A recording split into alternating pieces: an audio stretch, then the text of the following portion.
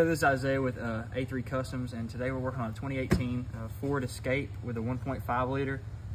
These are notorious to leak around 120,000 miles. This is your thermostat. For whatever reason, on this year model, they made them out of plastic, and they actually sealed them so they're non-serviceable. You have to replace the whole unit, but they start seeping right around this crack. They get hot, they get cold, and it starts seeping, and it's actually hidden way down underneath your alternator and above your AC compressor. If you come around to this side, you see you have to pull your wheel liner back. You loosen your 3 AC compressor bolts, and you can actually slide it back instead of taking your entire AC system out. You slide it out, and then you can kind of maneuver this thing out and around. The compressor's a pain, the alternator's a pain, and this is a pain to get out.